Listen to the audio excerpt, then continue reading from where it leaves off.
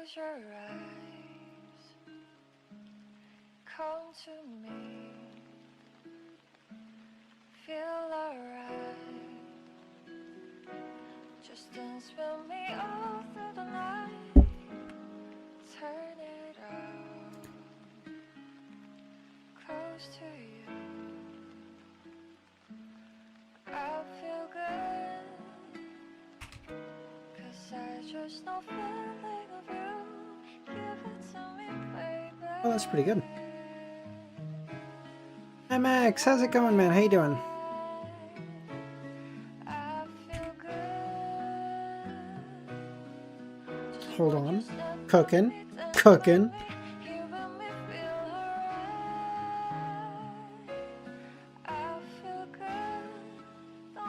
Let's go, baby.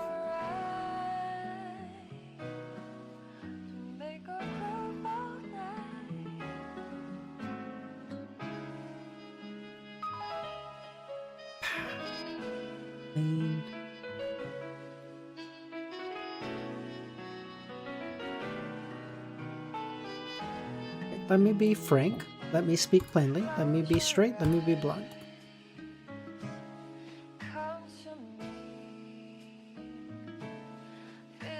King, bishop, as in like chess pieces, but nothing else seems to fit.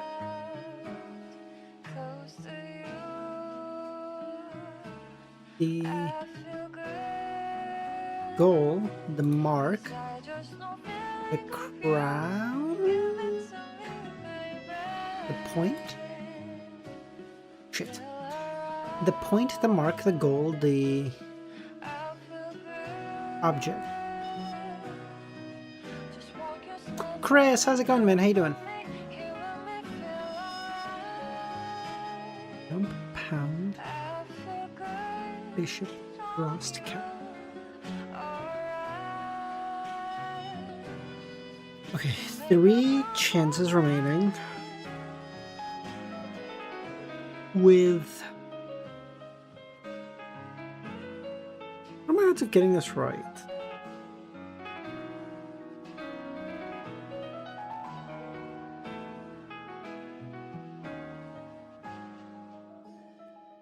Bish. Feel alright. I feel good. Just want you step with King, me, pound. dance with me. Feel alright. What would this be? I feel good. One, okay, one away. You Crown? Fuck. So, king, pound, pound. Fuck! Capture, crown, jump, king. Oh, it was checkers. I was thinking chess. Oh, I was playing chess and they were playing checkers. Fuck 'em. come to me. Poets. Ugh, fuck those guys. Close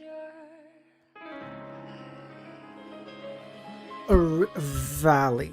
Valley. But that was a good guess, Kiss. That was a good guess. Valley Deep. Originally original. Original. New. New Valley Canyon.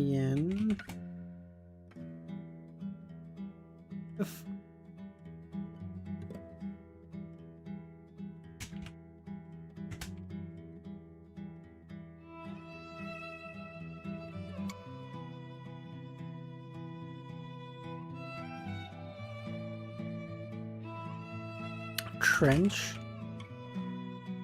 Deep new. Deep. Deep. Expanse.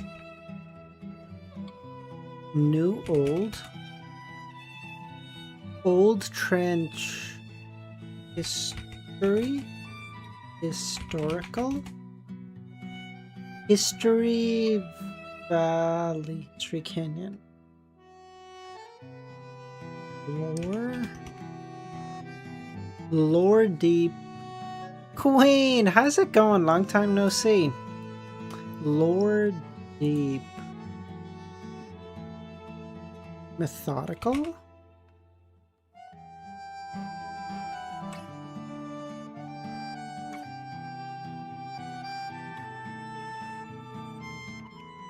Lore Deep. Deep. Thoughtful?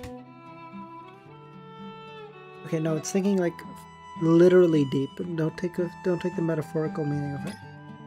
Deep.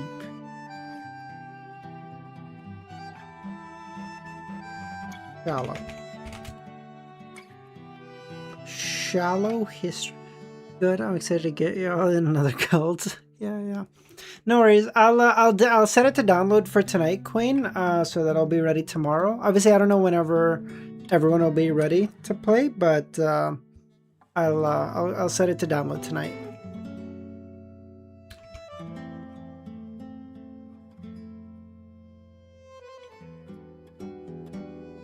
Hold on. How does it? Hold on. Let me just see how.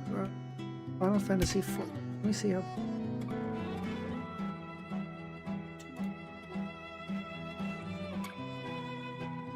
Sea or mountains? Oh, mountains might actually be a good one.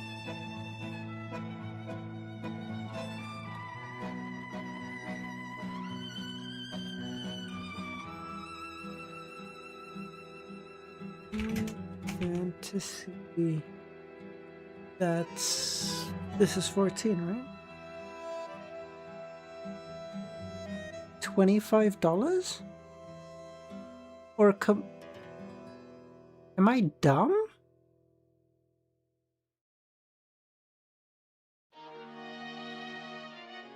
Oh, free trial for 30 days. Okay. Hello? Wallflower, how's it going? Am I dumb? Okay, look at this. Okay. Am I crazy? Because, like, okay. It's includes a 30-day free trial to all new whatever, so like I can get it for free for a time. The starter edition, I don't know what this includes. I have no fucking concept of this. I want to be really clear. Okay, I'm figuring this out on live.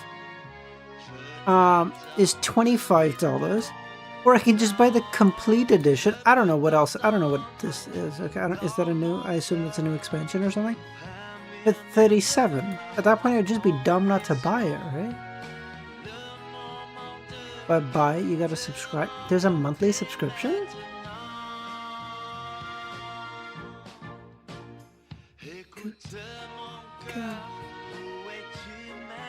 I mean, for how old this game is, the graphics aren't.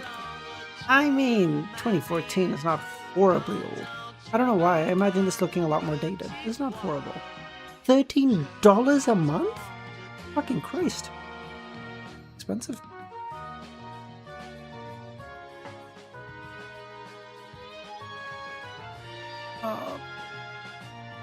Okay, so what I get included is...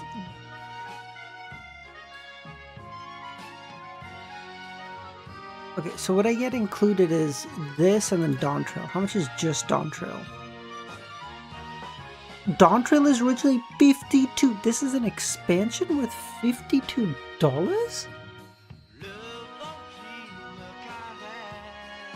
Fucking Christ.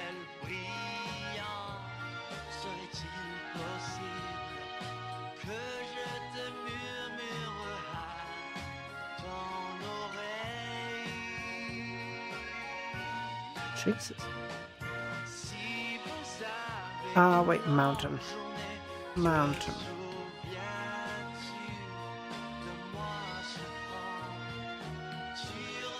You get everything up until Dawn Trail? Okay. Lore. Best to Google it, yeah. Sea history whale. Sea whale. Whale old. Historical. No. Whale old. How would you do whale old? Dark? Great? I don't know. White. I was thinking like great white shark.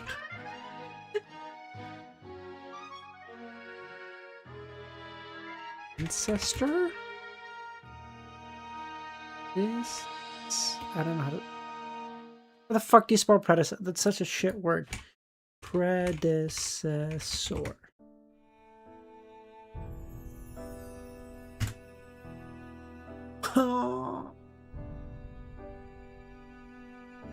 Derive? Predecessor shard. I'm thinking like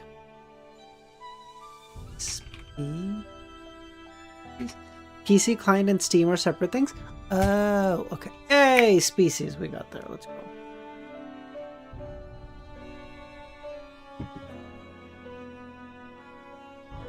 So if I do 14 online,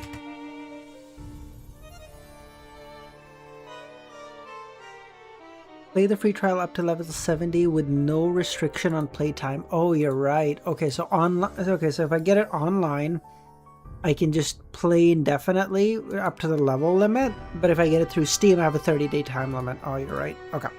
Okay. See, this is good. This is good that you came so that I figured that out, or I would have gone straight to Steam. Okay. Dude, stonks.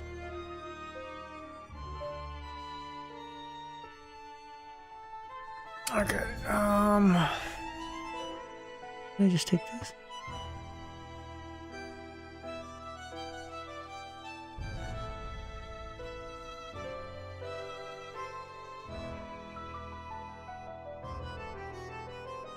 Can we take a moment for Chuck Norris? This is also true. Rest in peace, the GOAT. Legitimately. No, I can't. I have to go here. Yeah. We found out on stream. That was so sad.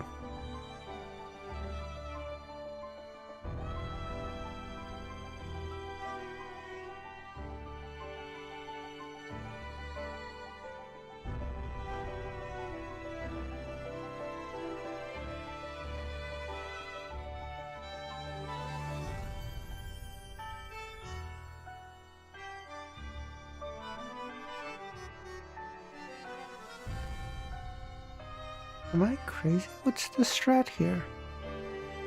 Death needs a replacement, so he called Chuck. True. Oh, how's it going, man? It's a better move. What? Oh, and then...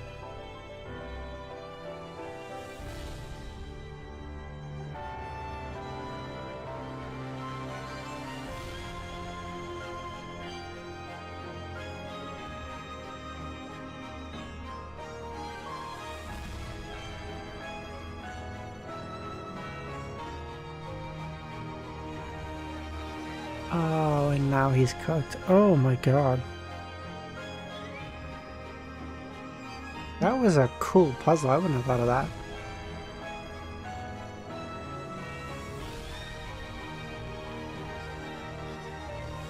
By the way, Queen, have you started COI or no? Can I just take?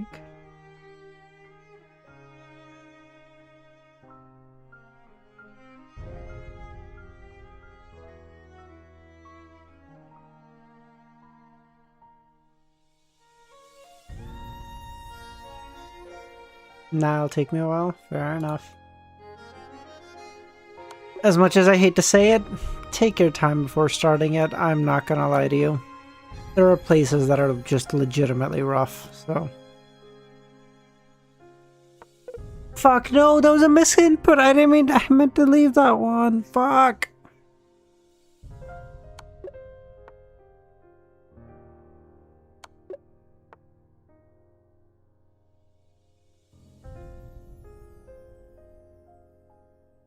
Or refreshing myself on LTM.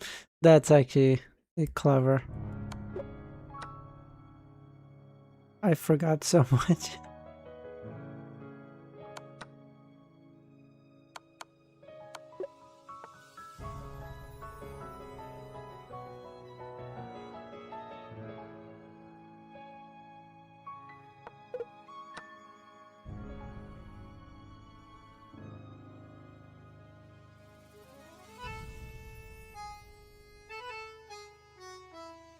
I take, he takes, I take. Yeah, that's good, right? Economy did. I know, unknown. The fraud. Fuck 'em. If I would shed my tears No, I was supposed to go here. That was bad. Off. Second part of Volume 3, Volume 5 are Peak Fiction. Yo, hold on.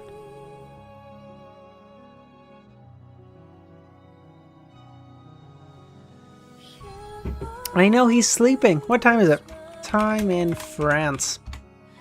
10 p.m.? He's sleeping? Coward. 8. Fuck me, I thought it was... I thought it...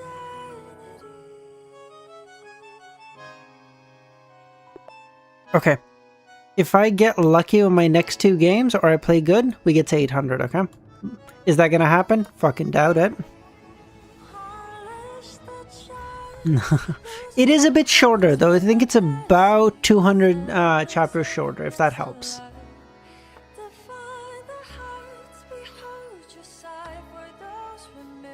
If that helps.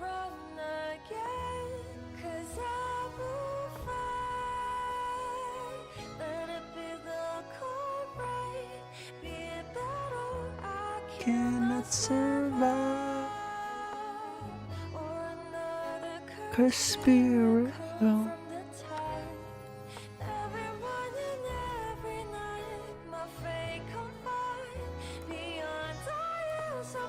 Last 2 volumes you can just skip. Oh, that's not what you want to hear.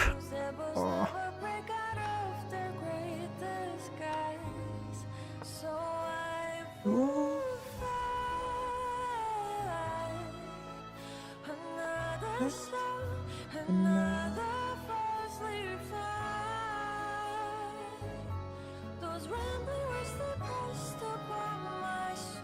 Here, here, here, here. No, that's not good. Just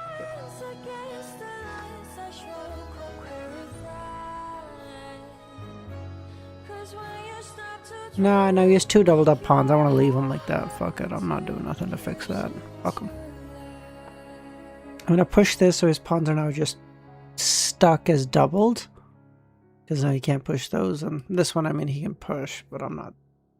But then I just take, so I don't really care. You read 7 and 8 properly, Wiz? Doubt it.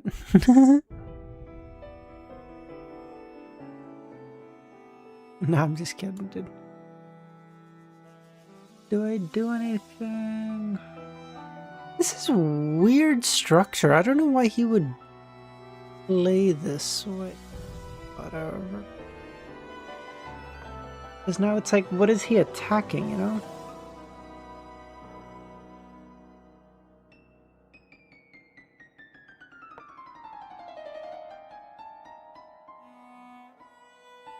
Oh, that was dumb.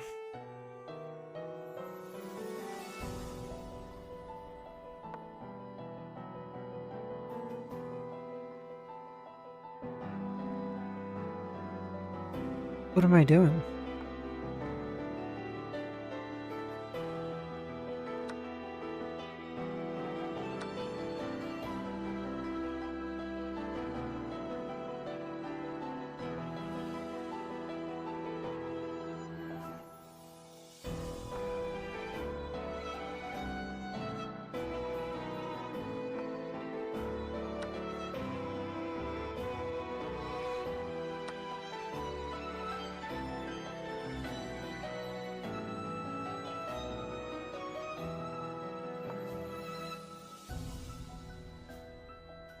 Also gotta get my... Dumb, so dumb.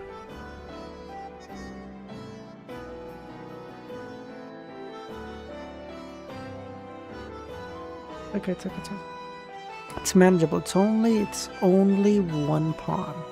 We can do this. Okay, we can do this. The total of 4.2 million. I honestly don't have a frame of reference. How much dialogue does Witcher 3 have? That's it, because that's like a... Fuck! Witcher 3, which is a massive game, has 450,000. Oh, wow. Okay, that does put that into perspective.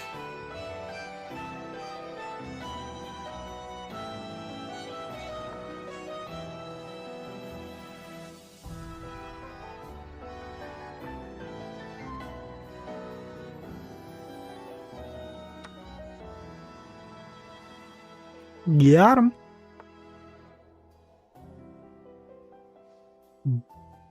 Boop.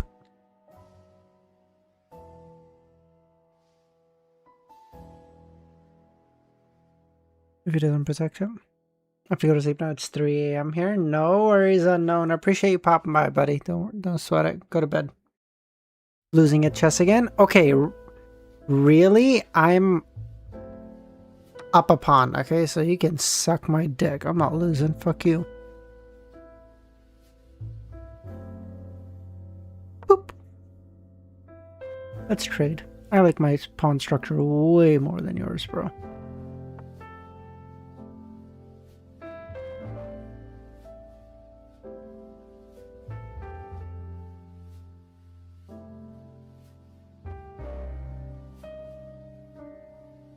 I'm gonna give myself an escape score. I don't think I need it, but I just don't want to get fucking back rank mated. Okay, I'm gonna kill myself if that happens.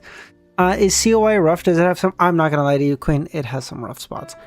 Volume one is pretty good. You're gonna have fun all the way throughout. Volume 2, you will run into some shenaniganery. Let's call it. Wait. I can't.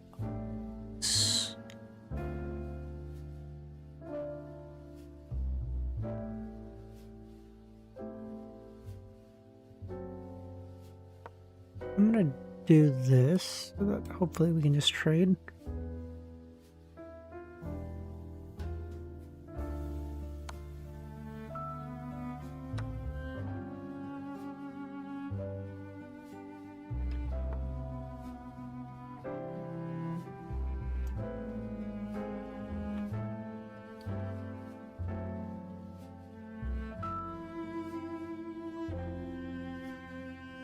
We just go up one. Don't overextend. You don't need to.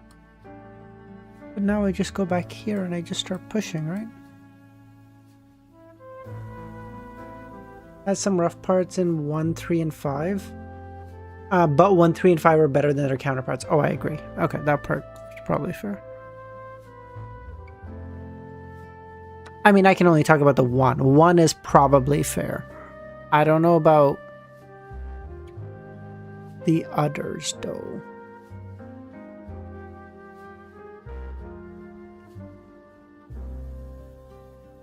We'll go here.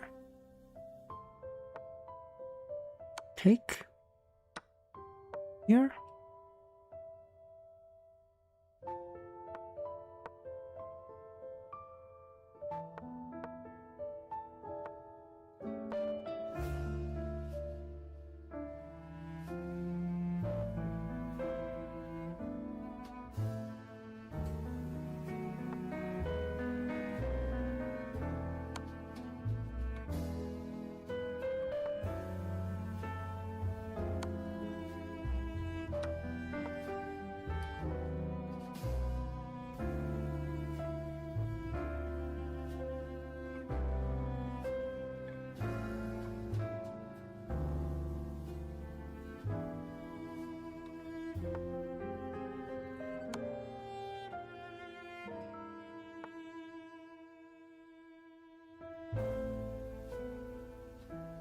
We go here, he goes here. Okay.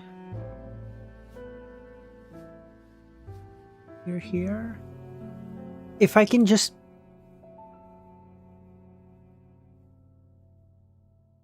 I have to en passant take. I have to or I get cooked.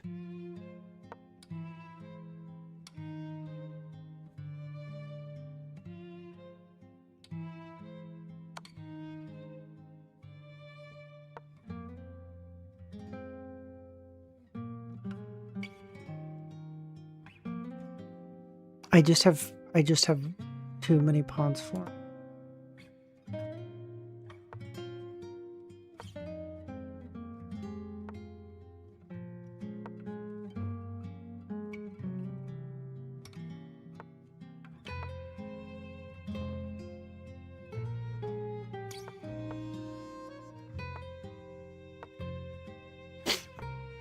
Oh, that was so dumb.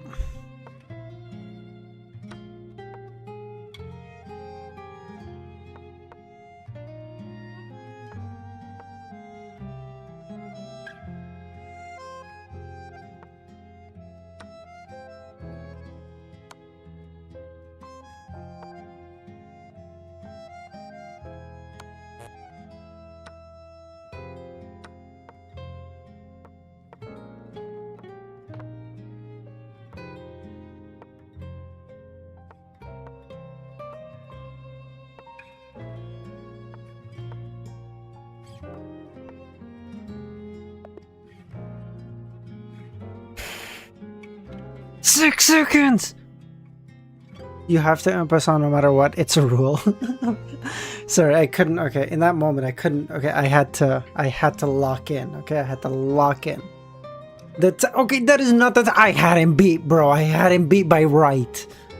Look at, I had him beat. So I had 2 pawns. He was getting his ass beat. Okay, the time actually got. I had way less time than he did, and then I had to lock. Hold on. Let me go back. I think probably around en passant time. Yeah, I have. Look at this. I have 20 seconds less than he does.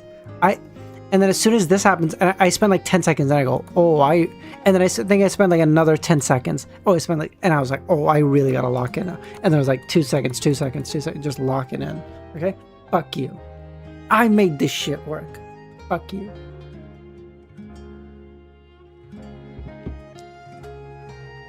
I know how to flip time, baby. I can actually move so fast. I can actually do it in negative time. I gain time on the clock back every time.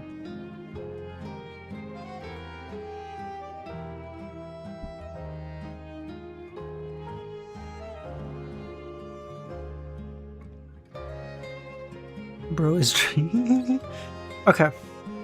Hold on. Do we? Okay, listen. I know we have to read. Okay, I understand, but hear me out. Okay, Kami's not here. Would you guys mind if I try to do one more game? I want to see if I can get to 800, okay? Can we try? Can we do one more game? Can we do one more game? How mad would you guys be? There's a good chance I lose and I have to do this again tomorrow, but... in the odd chance I win. Cooking. But I am. But go ahead. Exactly, Chris. This is why I didn't mention you, because I know you'd be chill with it. Okay, you're chill. God, that Frenchman is not chill. Fuck that guy. You sack a rook. I'm not Levy, bro. I'm not Levy.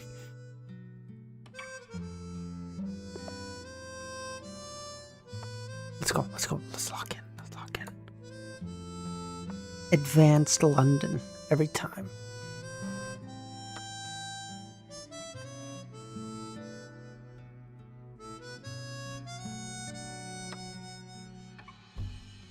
I go here, he goes here, I go here, he goes here, I go here, he goes here, I lose that trade. No, thank you. But if I do this first, we're okay. If I go here, here, here, here, here... No, I still lose because of this fucking dickhead. Okay. Oh, I'm actually running a long time again. This is so cringe.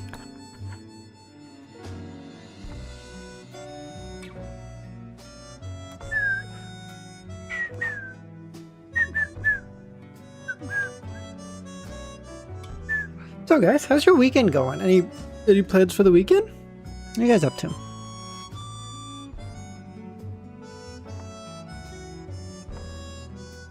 Oh, now he's gonna do some cringe shit like this, isn't he? Thank you. Really, bro? Okay.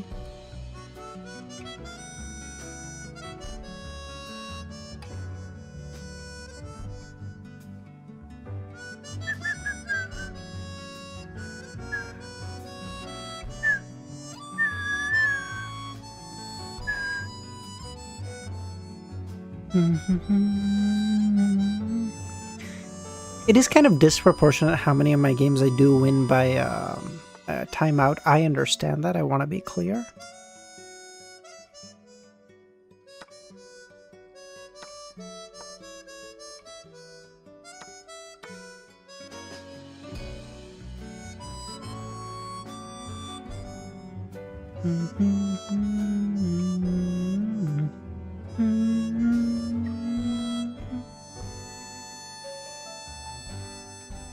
Say I do here, and then I just push this up. Okay. I want this pawn to always be like a concern because he's pushed so far up ahead. Genuinely becomes a concern of like, okay, I gotta make sure that motherfucker's not going anywhere.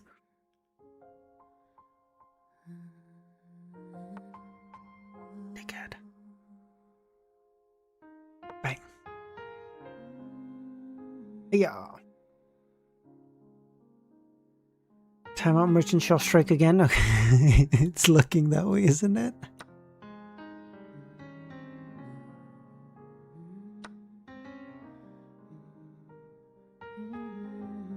I don't want to do that because that leaves my king wide open.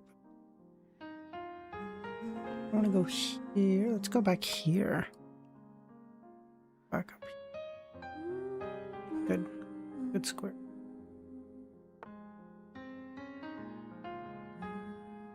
Oh, and then he can... Oh, no, he can't. Okay, okay, okay. Gotta be careful. You can go there.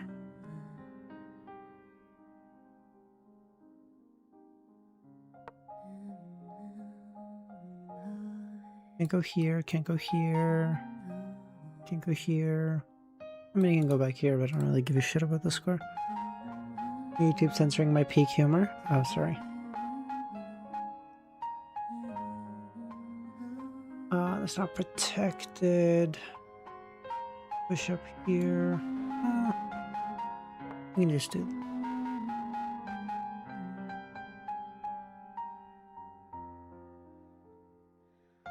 We just do this to kick out his knight, because like his placement is genuinely fucking disgusting. That's a really good place for his knight. I think so. Go up one. Just to kick it out.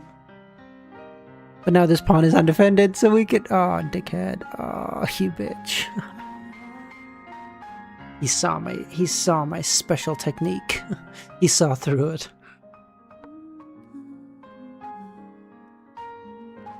And he can't go here, buddy, because I got that covered. And then I'm gonna go here. He takes... I take... He doesn't. If he doesn't take and he moves his knight away, then I bang. Fork. Solid 65 IQ. Not a lot, but, you know, enough. That's what I say. Now, is the fork gone? Shut up, maybe.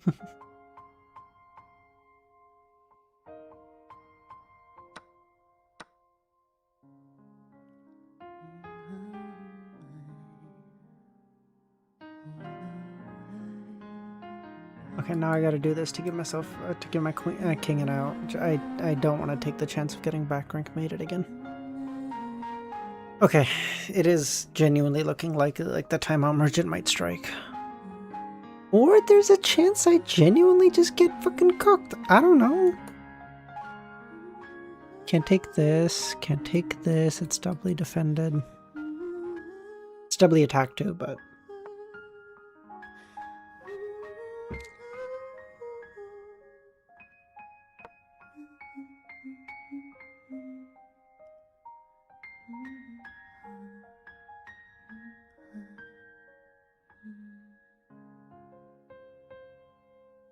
It works out okay. Alexa, I'm not talking about you. Shut up.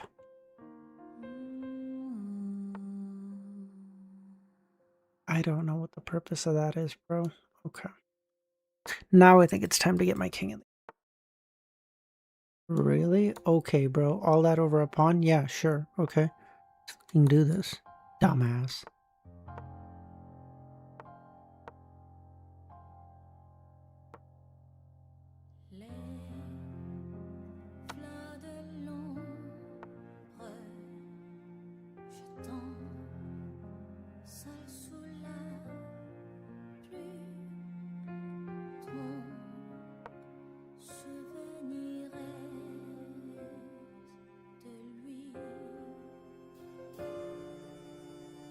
That's probably a dumb move because it opens my king up to that.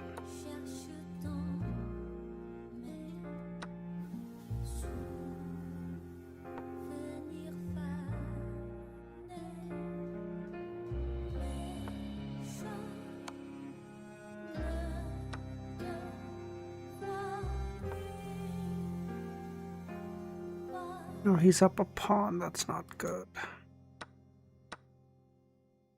Oh, my pawns are doubled up. That's really good. Oh, his are too, so.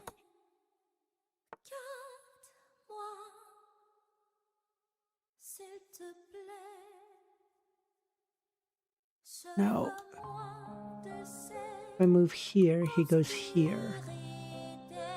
And that's okay for me, because then I can do this. Okay.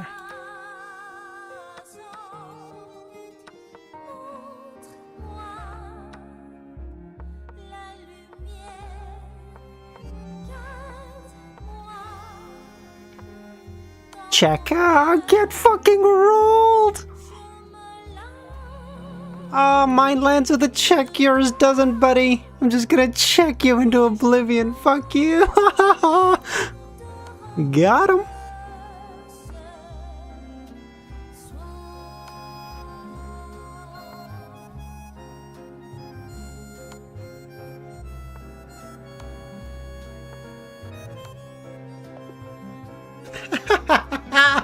Oh, let's go, baby. Oh, mine landed with a check, yours didn't. That's what having the extra time in the end zone helps with. Dude. If I had just moved here instead, I'd have been cooked.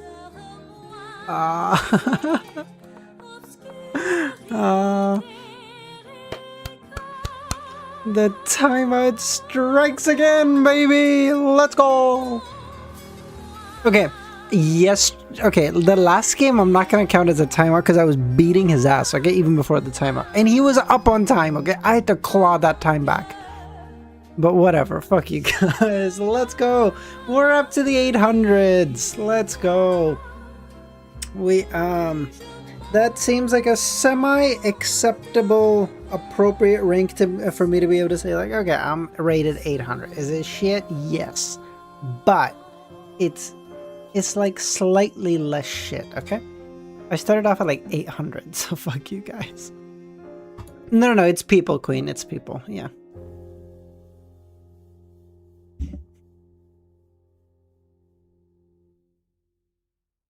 Oh my god, you guys want to see something funny? He played better than me that game.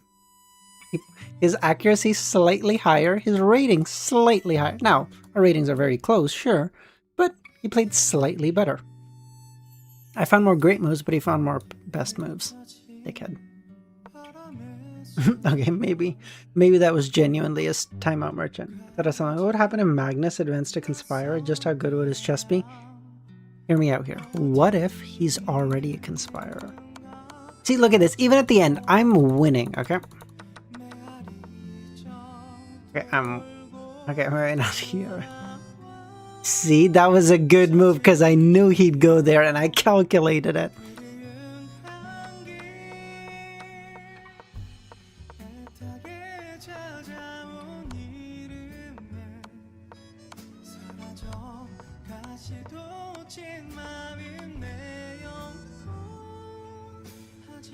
Now, without the time factor, this is just I calculated a blunder. No. I calculated that he would make a blunder, okay? I just had to make one. See, I'm already losing here. I knew that. But I calculated that as soon as I did this, he would make a blunder. Stockfish level. 5,000 IQ. Let's go, baby. We got him. Listen, say what you want. Say his rating was better. Say I beat him by timeout. I beat him, okay? Fuck you. I've been streaming for nearly an hour and I haven't read a word yet. This is... man. You want to do a no reading stream today? You guys just want to watch me play Elden Ring, get my ass beat a couple of times? Just kidding. 339. Purpose of visit. Okay, now this. Conspire versus Cryptologist. Who takes it? In a fight? I think the...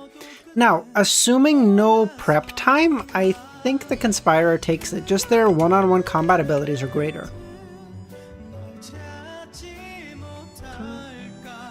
Oh, in chess. Oh, oh, sorry. Okay. Okay, you gotta preface the... Motherfucker expects me to just know you're talking about chess, bro.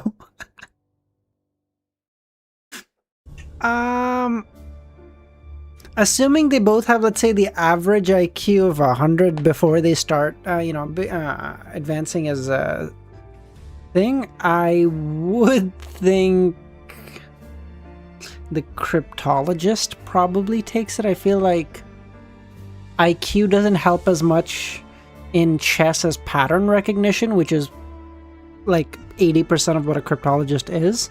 So I would think that helps. Hella continued in her cold voice. Don't worry, there's no reason to fret. Ursa. Okay. Ooh.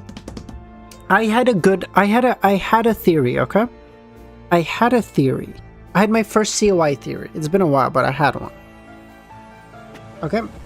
I was thinking, because, originally I was thinking that the people of the... Fuck, what was the group that gave Aurora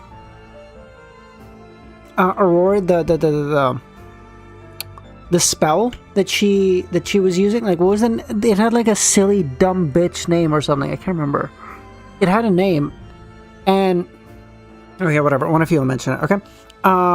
So I was thinking so originally my theory was like, okay, those guys probably super April Fools. Yes. Thank you. So my original thought was, okay, those guys probably didn't know what that would do, or they probably didn't know that that's what Aurora would use it for. But then the name reminded me. I was like, that name sounds like a April Fool's. It reminds me of like doing pranks. What if this like group or whatever is literally just a bunch of like little Amon followers or something? Just people that just like to. I don't mean literally Amon followers. I mean like people like Amon who just like to play pranks on people like without giving a slightest fuck what happens to them. So they gave it to them, and they gave the spell to Aurora, and they were like, let's see what happens. And if that's the case, I feel like Lumien's gonna go and like fucking assassinate them all. Like I feel like they might become like integral to the plots. Originally my thought was just like, this guy probably did. I mean, they're all transmigrators. Why would they bother? But that name stuck in my head. Okay, maybe I forgot it. Shut up, okay?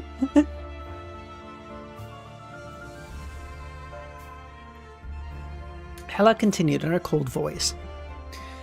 Don't worry, there's no reason to fret. Our research society normally operates pretty informally, except for a handful of members who maintain close private communication. The rest only convene 2 to 4 times a year, all well in disguise. And many of the coded terms and expressions we employ for communication are familiar to you. Given your relationship with your sister, she won't intentionally keep them from you or abstain from using them. Understood. Lumien's mood soured. She'll also explain the significance to me and attribute it to a philosopher from back home, or even Roselle. If you truly possess the potential to masquerade as Muggle and engage in the research society, there's no need to forcibly cite philosophers from back home. Simply allude to the latter portion of the content. Then I should incorporate Roselle once said. Lumien deliberately asked for the specifics. He lacked a key item and couldn't authentically impersonate Aurora, and even though the niece's face was primarily an illusion, it could instantaneously be deciphered by Beyonders equipped with corresponding abilities.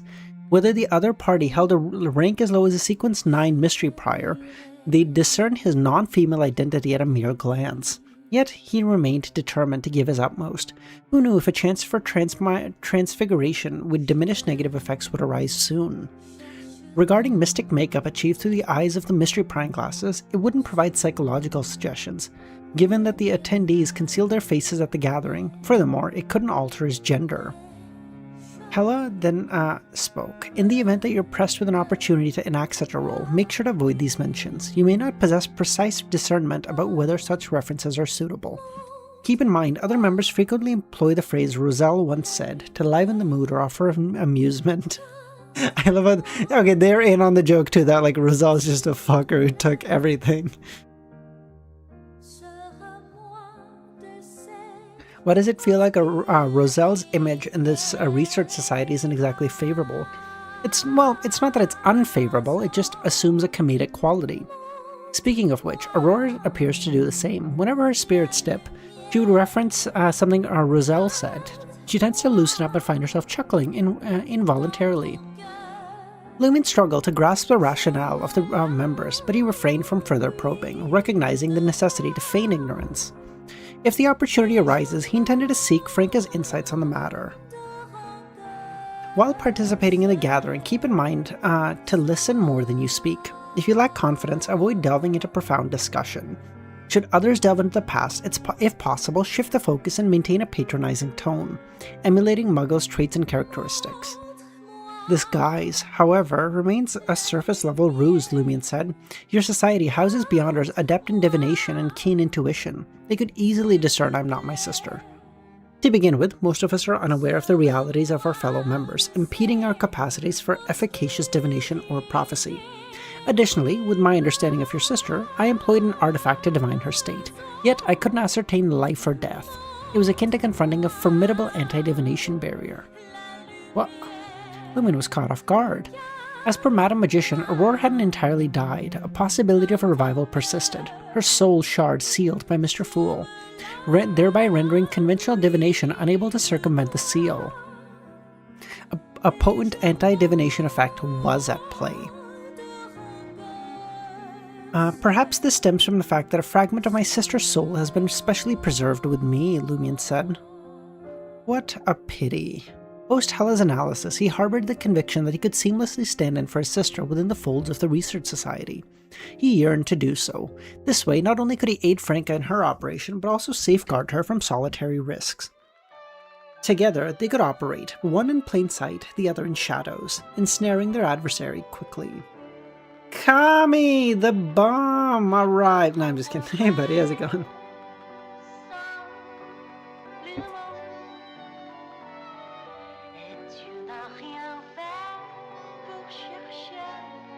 Following that, she spoke candidly. I've come to Trier this time to delve past the catacombs. Do you have any information about that place? It's quite dangerous there, Lumion said, his heart skipping a beat. Madame Hela's guidance from her letters and suggestions proved invaluable. He recounted his grasp of the catacombs and bizarre phenomenons he had bore witness to and said, for some inexplicable reason, I alone retain memories of the ill-fated couple. The rest feign ignorance, as though they never even existed. True, Kendall, the administrators of the tomb, ought to have sensed it as well, but he feigned ignorance too. I have, through the mouth of a charlatan, Lumion mused. Have you heard of the Samaritan Women's Spring? Ella asked. I have, Lumion mused. He claimed that the spring on the upper level of the catacombs is a sham, just a puddle left behind due to the construction errors back then. The administrator spun it into legend, but deep in the underground work, within an ancient tomb, therein lies the real Fountain of Oblivion. Thank you, Lumion nodded. With her gratitude expressed, she downed the last of her 3 espresso shots and rose from her seat. As she rose, the heavy silence was shattered and sunlight once again flooded the area. Lumion remained seated a while longer, savoring the last sips of his coffee. Afterwards, he strolled onto the street, his divination, placed the purgatoire. Sorry, Queen, if you are here, one thing I will mention. I wish someone mentioned this to me, so I will mention it to you.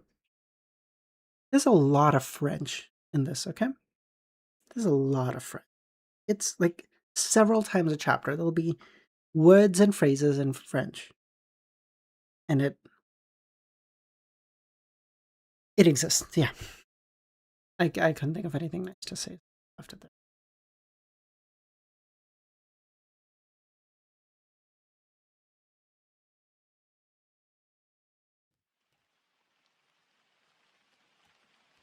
but it does get better. Yeah, they have mentioned this to me.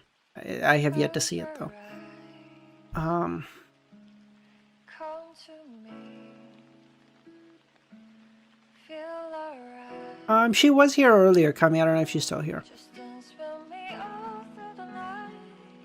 Um, Turn it out. There, he planned to catch a public carriage back to the market district. Passing by Salle de Ball Unique, a sudden crystalline tinkle reached Lumien's ears. His heart skipped a beat and he turned around. He knew the figure well.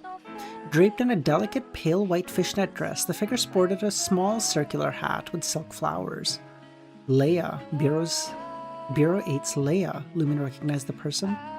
Salle de Ball Unique is perilous. Could the alone bar be used by Bureau 8 to monitor the opposing stronghold, he thought? Chris, honestly, just probably a couple, not that many. I don't wanna, probably 4 or 5.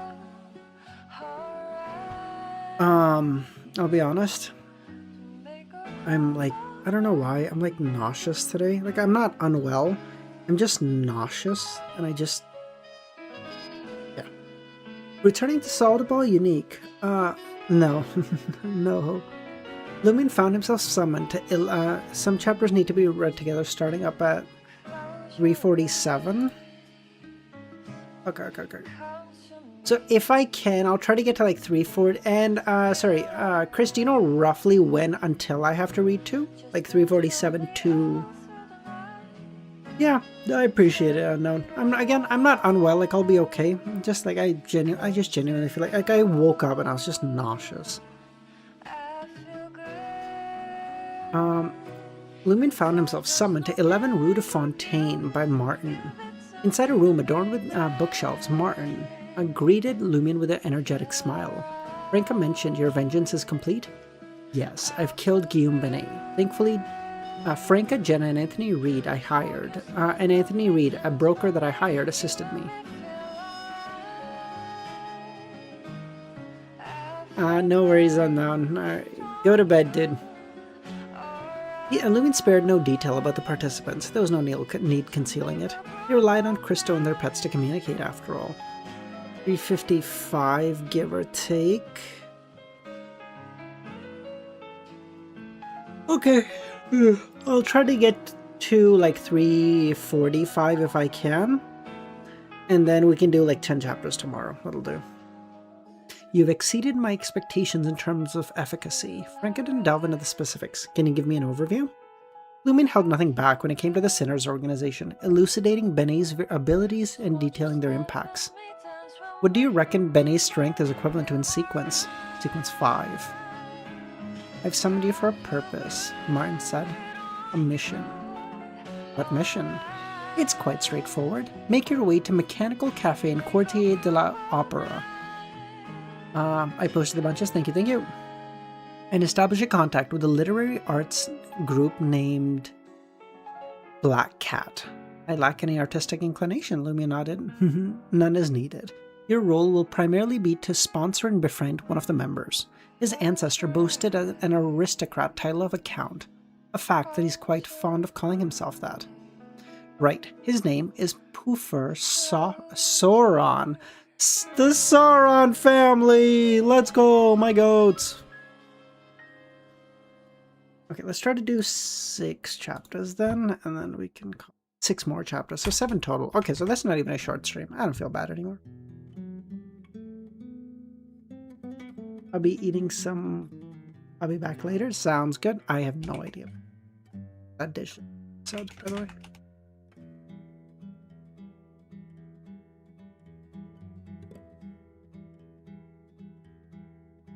Quartier de la Maison Opera.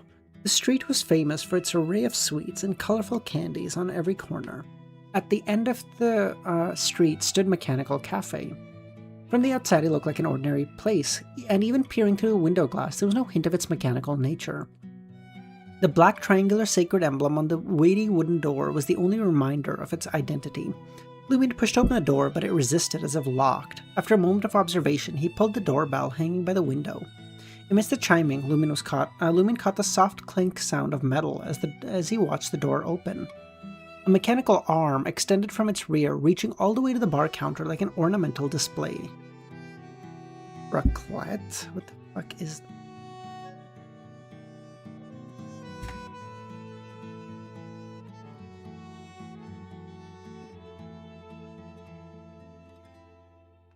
Seems to be a fucking Swiss dish. How the f would I know a Swiss cheese dish? What the fuck are you talking about? I'm not that much a man of the world, you know? I'm a small town boy. Surveying the surroundings, Lumion made his way to the corner of the cafe. Among them, a middle-aged man with fiery red hair stood out, fair skin from cosmetics, with dark circles accentuating his reddish-brown eyes. Clean-shaven, he sported an open brown velvet coat and red shirt sans bow tie. This was Count Pufur, a member of the former Intes royal family Sauron.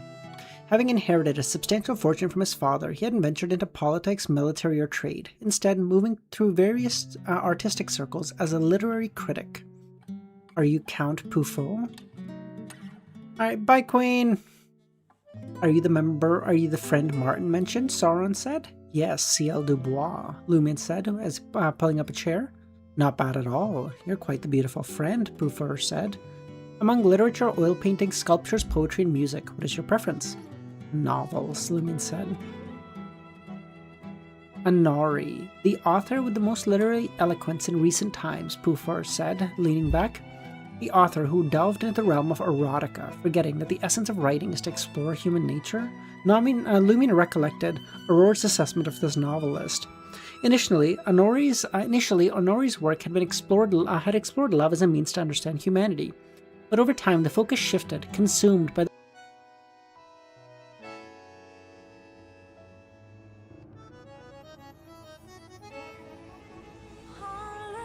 Okay, I think we're back now? Sorry, my OBS just shut down. I don't know what the fuck happened. Let me know if we're... Let me know. I'll wait for a minute.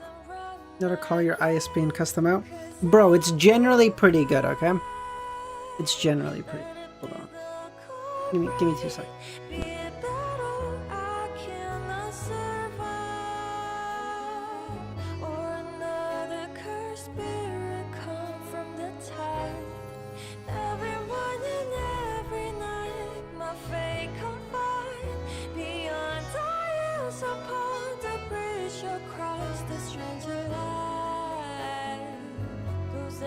Never break out of their great disguise, so I will find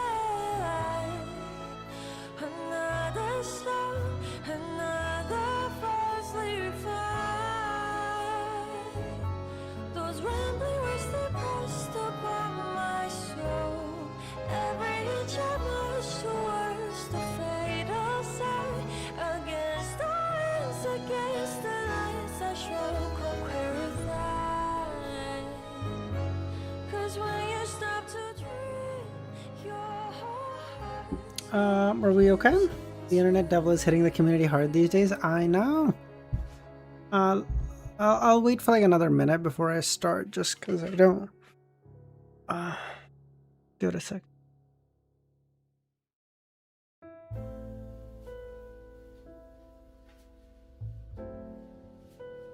Where did you guys cut out, by the way? By the way, it literally wasn't even my internet. I'm not gonna lie to you. My OBS just crashed.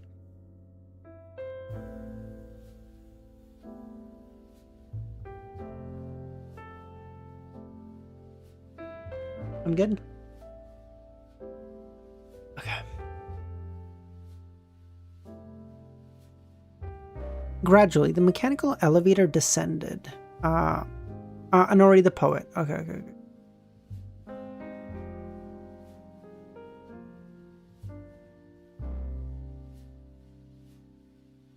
Honori, your novels have certainly broadened my horizons. Luckily, you didn't mention appreciating my Death of a Herald. Death of a Herald, isn't that Adri's work? Aurora had mentioned the similarity in names leading to confusion. Lumen inquired, you mean the Audrey who's backed by the government, earning a 5-figure fortune, yet only manages to produce dog shit? Honori erupted in laughter. That alone is worth a glass of absinthe. With that, he tapped a metal button on the table before him. Count Puffer took pleasure in Lumien's reception and proceeded to introduce him to the other members of the organization. Among them was Mullen, a painter, Ernest, a critic, and Irita, a poet. Just as Lumien was wrapping up his greetings, he witnessed the iron-colored surface on Honori's table split open, unfolding like a blossoming flower. Within the stamen, a glass of emerald absinthe appeared. Honori picked up a glass of absinthe and tossed a silver coin worth 1 Vril onto the tray. Gradually, the mechanical elevator descended, causing the parted metal surface to seal shut. Honori slid the absinthe to Lumien. "Cheers to what you just said." It really is a mechanical cafe. Lumien reacquainted himself with the place. His gaze drifted to the table's broad and sturdy legs, suspecting it to be hollow and linked to an underground conduit. "No change?" Lumien asked. "Here, a glass of absinthe costs 1 Vril, Honori said. "That's pretty fucking steep." At that moment, Mullen then said, "I heard that an elephant has arrived at Trier Zoo. Quite an uncommon sight." "What's so intriguing about an elephant? It strikes me as utterly mundane." Count Puffer chuckled. "Shall we discuss the ongoing clash between the Parliament and the 2 churches? The high-ranking government officials perpetually stumbling, the detestable censorship of publication, and the covert agents shadowing us like hyenas?" "Ugh, let's just stick to the fucking elephant," Honori sighed. Amidst the laughter, Puffer crossed his right leg and said, "Since we have a new friend, how about a game of mysticism?" "What sort of game?" Irita asked. "A game known as the King's Pie. Don't any of you have childhood or a family?" Puffer said. "Haven't you played this? The rule is to divide the King's Pie into portions equal to the number of participants plus 1. The larger piece is ritually dedicated to a deity or esteemed ancestor we hold in reverence. Among the remaining portions, one contains a broad bean, a coin, or a coin hidden. Whoever discovers it becomes king for the day, empowered to issue commands to the others. Naturally, the commands must be within reason. The mysticism aspect involves offering up the excess in sacrifice." Lumien glanced at the others, intrigued and curious to see whether there were any Beyonders as part of the group. Of course, none of them appeared to be. In just over 10 seconds, Puffer's proposal garnered agreement from everyone except Lumien. He commenced by pressing the corresponding button on the one-legged table, hitting it the appropriate number of times to signal a King's Pie to be dispatched from the kitchen. Reportedly, this dessert had been a favorite since the era of the Sauron dynasty. In the underground of Église Saint Robert, within the confines of the Inquisition, a gathering of purifiers was underway. Valentine, Immer, and fellow purifiers congregated in the office of the deacon.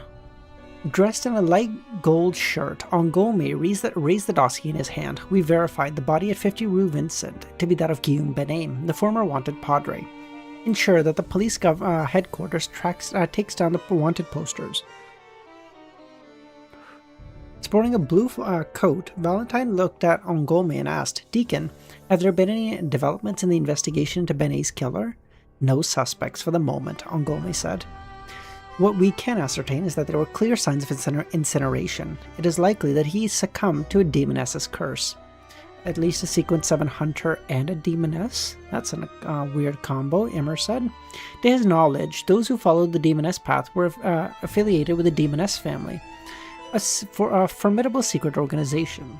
"Uncommon doesn't mean impossible," Angome said. As a deacon, he had access to more information and was more experienced than the others. He had personally executed 2 members of the demoness family. "Could Lumien be involved in this? He is quite emotive," Valentine said. "But he lacks the power," Immer said. "How could he have become a pyromaniac so quickly? Isn't he concerned about losing control? Besides, based on your description, he's not even a pyromaniac. It'd be quite difficult to beat Benet. That's why he may have sought help from a demoness," Valentine said. "Could he have joined the demoness family to seek revenge and transition into being a demoness?" That would have been a cool path for Cuttlefish to take, but he's a coward and wouldn't do it. Too scared to approach difficult subjects like the main character changing genders. Weak. That's what I say. If that's true, that could be a major issue. Lumien carries with him a significant problem, and you mentioned the demoness family's penchant for sowing chaos. Keep a close eye on this. I'll report this matter. Meanwhile, intensify the scrutiny of suspicious individuals in the market district. Don't be overly anxious. Lumion isn't the only one with a reason to eliminate Benet. There are powerful bounty hunters, official members of the Aurora Order, and those bestowed by the other evil gods. Valentine acknowledged as well. Following their discussion, Valentine and Immer exited the Deacon's office. Why do you think the quasi-demoness is seeking us? Has she encountered crucial information? Immer asked. Could it be related to Benet's death? Valentine asked. Are you suggesting she had contact with the Demoness family? That's impossible. The Demoness family despises female assassins. If they encounter one, they'll eliminate them. The Demoness family only likes males?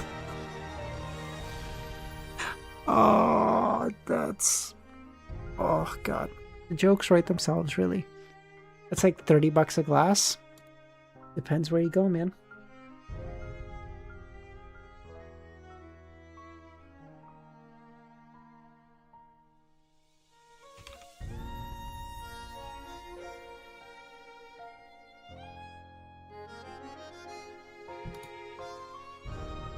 On Rue Doyle, nestled between the Market District and the Quartier de la Cathédrale Commémorative, Jenna had deliberately chosen this place for rendezvous with the Purifiers.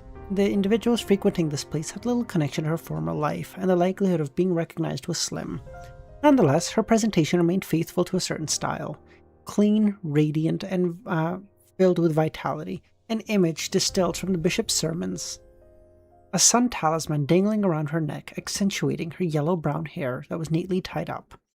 Amidst her journey, a four-wheeled brown carriage rumbled by, the window ajar. Adorned in a black court dress, a lady graced the carriage's interior, a dark veil hat adorned with white feather crowning her head, intricately framing her raven-black hair. Her face boasted of soft contours. How beautiful, Jenna sighed. Even though Jenna herself could be considered attractive, she remained capable of appreciating the allures of others, simultaneously acknowledging the stark contrasts between her appearance and that of Franca. Shifting her focus, Jenna ascended to the roof of apartment 17. Her wait was brief, for Immer and Valentine soon appeared. Have you obtained crucial intel? Valentine asked. No, Jenna shook her head. I want to repent. Repent? My mother haunts my dreams, recurring persistently. And each time she appears, I find myself grappling with the nagging question. Why did the church permit someone like me, someone like Hugh Artois, to partake in the elections? Upon uncovering the truth, why did they not apprehend his accomplices and forestall this catastrophe? I yearn for redemption. The pain gnaws at my heart, sowing doubt in my faith. Their sentiments were sincere, albeit less intense than they seemed. Valentine felt ashamed and didn't know how to respond. The church isn't all-powerful. We remain subject to the constraints by the Church of Steam Machinery, the National Convention, and the government. Our actions are bound by limits. We cannot operate aside from them. Jenna fell into a contemplative silence before exhaling. Praise the sun. Praise the sun, both Valentine and Immer echoed. Who propelled Hugh Artois to the position of Member of Parliament? Who facilitated his representation of the evil god? We're in the midst of investigating. No breakthroughs yet, Immer said. Why the lack of progress? Due to the limitations which hinder the acquisition of leads? You need my help? I operate unbound by those restrictions. Immer and Valentine weren't caught off guard by this. It echoed the same spirit as her abrupt assassination of the Member of Parliament. The two exchanged glances, a wordless deliberation of whether to entrust this to an informant bound by contract. If the church finds its hands tied, could it not delegate the task to the capable devotees, Jenna asked? Which holds greater importance, the church's dignity or the well-being of God's children? With each thwarted catastrophe, numerous lives and families are saved. An evil god was backing Hugh Artois. Valentine found himself swayed and observed Immer's lack of dissent. Are you sure you want to help us investigate this? It's quite dangerous. I'm afraid of death, but I'm more afraid of becoming a lamb to heretics.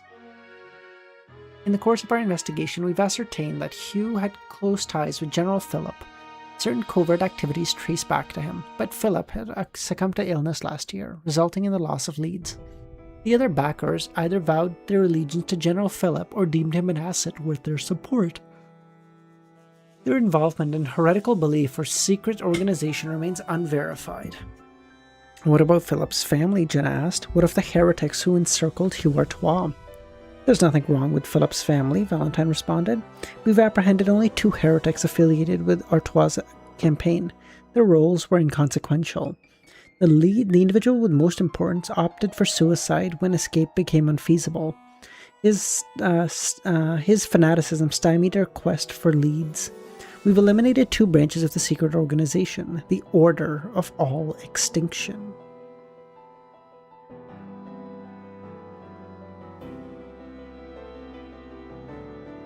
The primary source of knowledge is a red-haired woman named Cassandra, hailing from Sauron lineage, a collateral branch of the former royal family, a Beyonder and a heretic. At present, no leads exist, or at present no concrete conclusions exist. The noble families that supported Hugh Artois maintained standard relations with the Sauron family. Cassandra chose an adventuring life, as she encountered minimal regard for the Sauron family hierarchy. Subsequently, she became a Beyonder, ultimately joining Hugh Artois' team last year. Courtier de la Maison de Opera, Rue Lombard, Mechanical Cafe. Mechanical precision guided the King's Pie to Sauron, to Pufur Sauron, and his associates within the Black Cat organization. The pie bore the appearance of a brown floral marvel. Pufur looked around and said to the others, I suggest that this game of King's Pie serve as a tribute to one of my esteemed forebearers. He held the title of the first Count Ardenon and 27th Count of Champagne. In his interactions, Pufur habitually designated himself as Count Ardenon, the Count of Champagne, the one who coveted Roselle's ass, Honori quipped. Music change? Okay, thank you, Kami. Emperor Roselle's Secret Chronicles was one of the most sought-after banned manuscripts within Trier's book market. Within its pages lay a treasure trove of Roselle-related rumors intermingled with an array of outlandish revelations. That'd be the 13th Count of Champagne, the great-grandson of my illustrious ancestor, hailing from the distinct Sauron family branch. I have no objections, Mullen said. This was merely a game. Considering Lumen's usual style, he would have objected and angered the Count, but he recalled that his current role revolved around being a friend of Martin, a scion of a prosperous merchant family with a penchant for art, essentially playing the role of a spendthrift imbecile. You shall have the honor of cutting the pie, Pufur said to his friend, Ernest Young. I despise the absence of waiters in this cafe. It makes me feel like the fucking waiter, Ernest said. Isn't that a good thing? It signifies the absence of spies, Honori said. Perhaps the spy is amongst us, Ireta responded. At that moment, Ernest Young had already picked up the table knife, slicing into the pie into 7 equal portions.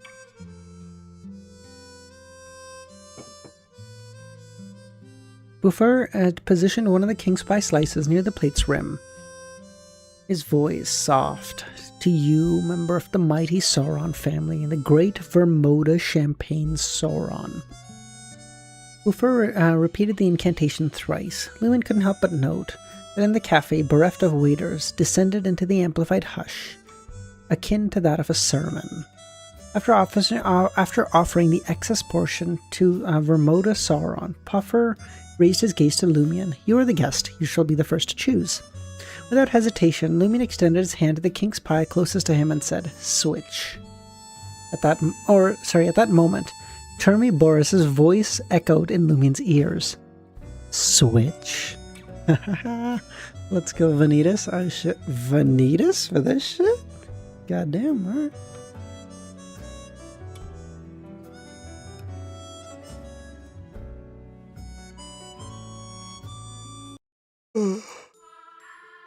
I gotta imagine me, Easy, and I guess pretty soon even, what's her name? Dara, have contributed like a significant portion of views to this fucking video.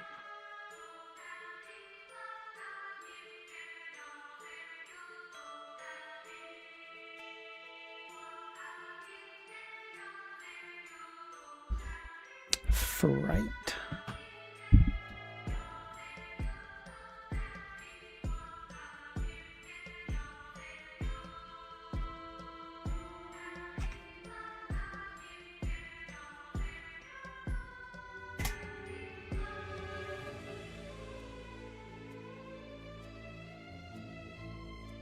Switch. Lumion had anticipated that Chermibors would drop a hint at a moment like this.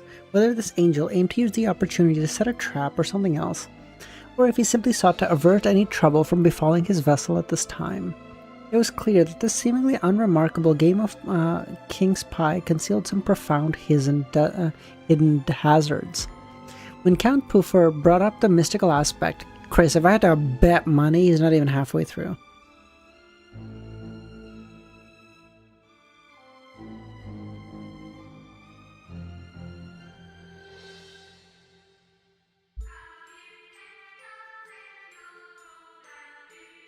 He's on it. Vindication! Let's go! And you guys call me bums? Me?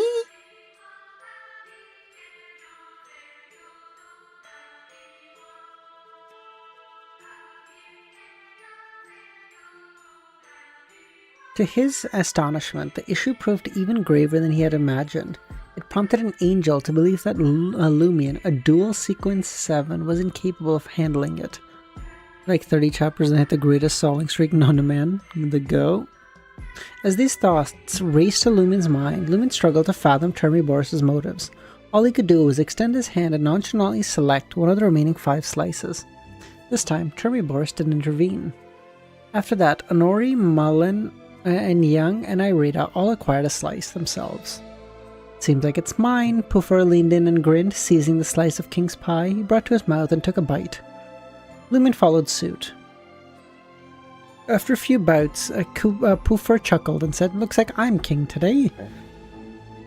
When he's done, you guys should stream together. Yeah, that would be nice, Chris. That'd be awesome. We used to, but I just don't know when he'll get done. I don't know what I'll remember by then. Maybe I'm old. As he uttered, he extracted a broad bean from his mouth. In that instant, Lumion laid eyes on the broad bean. A faint trace of blood and rust wafted to his senses. Meanwhile, the atmosphere in the cafe grew heavy, as if everyone dreaded receiving an order they couldn't bear. Puffer rose from his seat, back to the window and faced the street, blotting out the sunlight.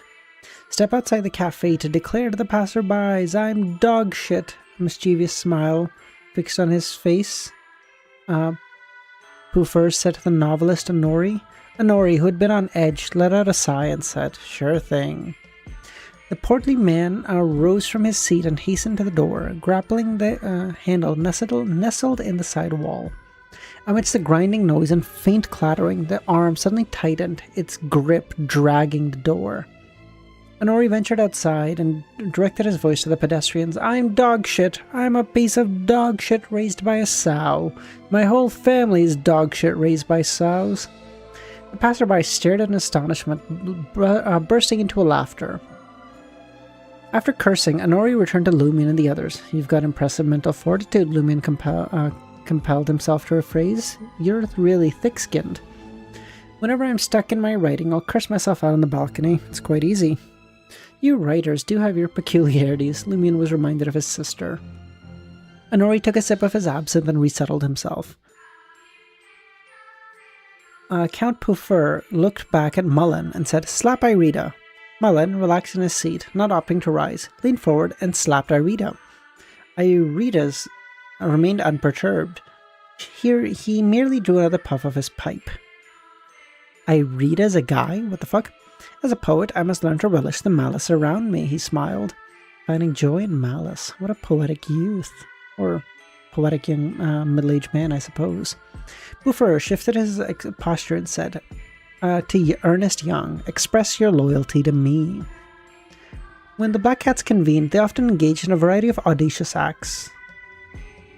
Ernest Young felt no qualms about kneeling on one knee and professing loyalty. He even considered it insufficient. Count Puffer then turned to Irida and said, "Give all your money to the beggar across the street." Irida's heart ached, but said, "Okay." "As you know, I'm a pauper. Over the past 5 years, I've scarcely earned $3,000 from my poetry. Each day I ponder which friend may organize an event and offer me a free drink. Quite the honest poet. Lumion pondered whether he should sponsor this individual. After all, the sponsorship fee was supplied by Martin, not himself. Before Poofer could reply, Irita started laughing. That's why I only brought 5 World Door. 5 World Door? At this cafe? That barely covers half a bottle of mineral water and 2 boiled eggs, Honori muttered, watching poet Irita hastily depart and toss 5 World Door to the beggar. By this juncture, every participant had taken their turn, leaving Lumion. This is your inaugural time attending the gathering. I'll assign you a simpler task. Take a slice of the pie and proceed to the last room in the cafe's basement. Exchange the pie for a sheet of white paper. That bears a hint of mystique. If something goes awry, I'll just burn the fucking basement down, Lumion mumbled to himself as he went downstairs. Before venturing forth, he ignited the wall lamps in the vicinity. Under their faint glow, Lumion navigated a corridor cluttered with various items. The vermilion door stood tightly sealed. There were no suspicious signs around the door, no movement inside. Lumion extended his right palm, gripped the handle, and pushed it forward. As the wall lamps illuminated the space, the objects came into view. These objects were heads cluttered with dusky shadows, devoid of emotion. Lumion's pupils dilated, recognizing a few familiar faces. Novelist Honori, painter Mullen, critic Ernest, and poet Irita. What the fuck?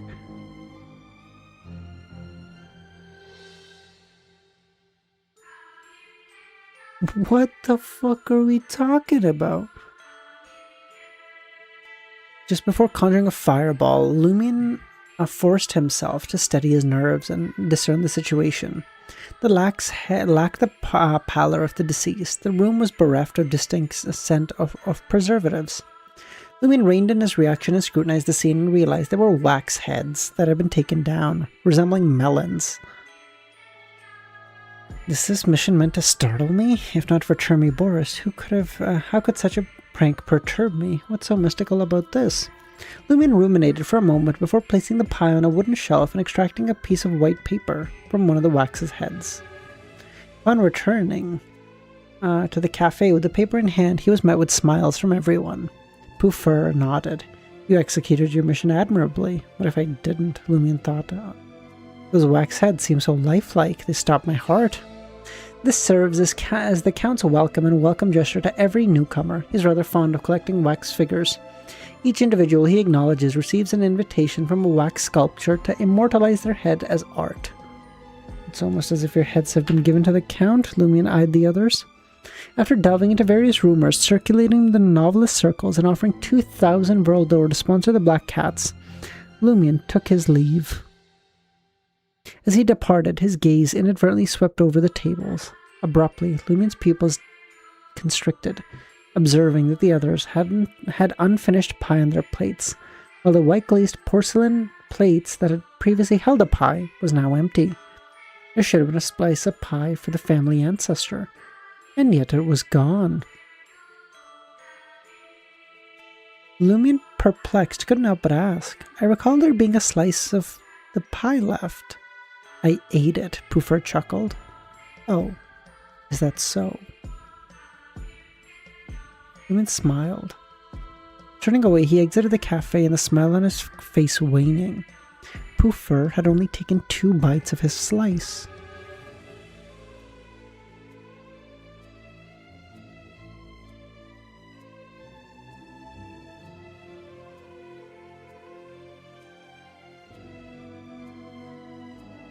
What the fuck? What the fuck? What are we talking about? What are you talking about?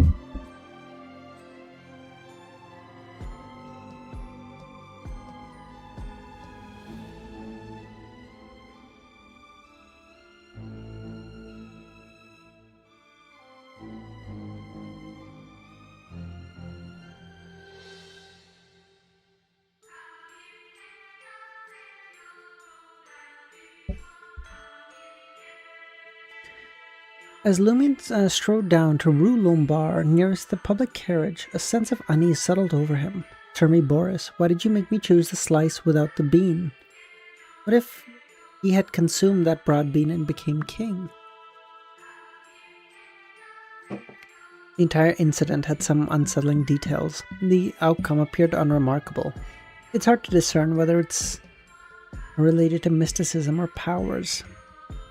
Lumian thought, Boris remaining silent. After a brief pause, Boris spoke.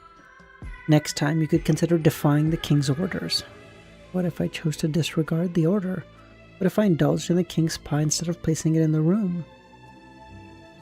Rather than heading directly back to the market district, he hailed a public carriage for Shear Street. As an official member of the Aurora Order, he bore the responsibility of reporting his execution of Guillaume Benet to the Iron and Blood Cross Order and the developments within the Iron and Blood Cross Order to Mr. K immediately. Simultaneously, he hoped to get something out of it. Thank you, Kami.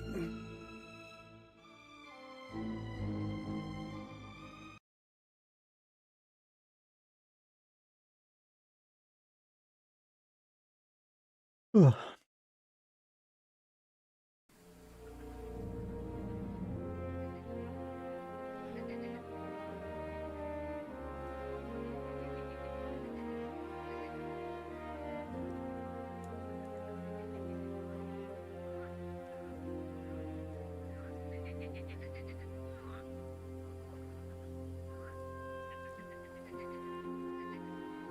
Participating in 3 organizations came with the potential of receiving triple rewards, but it also entailed making 3 reports per mission. Mr. K, perpetually unchanging, sat in his red armchair, listening to Lumian. When Lumian mentioned how the former padre of the EBS church had embraced the entity known as inevitability, Mr. K lowered his head and traced a cross upon his chest. Merciful Father, forgive the world's transgressions. Lumian's lips twitched. Post-repentance, he succinctly recounted Aurora's dual nature and the sinister Sinners organization. Mr. K, I request your aid in locating the original family of Aurora, or rather, Roche Louis Sanson. They may well be tied to the Sinners, a heretical group devoted to inevitability. I understand your desire to avenge Aurora. There is no problem with that. The benevolent Father and omnipotent God do not bar believers from securing their own future. If they can intertwine personal matters with a sacred crusade against heresy, all the better. In this endeavor, leveraging your assets and harnessing the resources of the Iron and Blood Cross Order is a strategy I admire. Strive for more feats. I will investigate the Sinners. Thank you, Mr. K. The death of Guillaume Benet may trigger an intensified pursuit from the official Beyonders. I'm wondering if there exists an item that would suit my needs, enabling me to alter my appearance and stature at will. Only the lifeblood I possess can accomplish what you need. As long as you master your flesh and blood, altering your height and appearance becomes attainable. While I may not provide an exact replica of your desires, it suffices well. The caveat lies in the necessity for early injection and its limited duration. Precision isn't required. Members of the curly-haired baboon society assume disguises, masking their true selves, yet that still falls short. I'm concerned that administrating lifeblood could revert me to the most primordial human archetype. Despite the Lord's protection mitigating severe physical and mental consequences, the Iron and Blood Cross Order could easily detect the anomaly. That is a problem, though I believe the Lord will safeguard you, preserving you. Your concerns bear merit. Recently, the Iron and Blood Cross Order tasked me with an interaction, Lumian continued, detailing the mission Martin had assigned him, and the King's Pie game. The solo mission was Termi Boris's warning. Your next objective is to figure out the Iron and Blood Cross's order rationale for engaging with the Sauron family.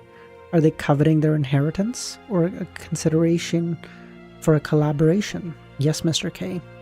Your intuition is sound. Should any mishaps happen, it could set off a mystical catastrophe. The central figure of Pufur's sacrifice, Vermonda Sauron, held significant standing within the family of that era. Born into the Champagne lineage, adopted into the main family by King Otto XII. Vermonda began auspiciously but met a negative end. Years later, saw him vanish without a trace, dealing a heavy blow to the family dynasty. In the ensuing 2 decades, several prominent members of the family met untimely deaths. The family's power dwindled, paving the way for Roselle's overthrow.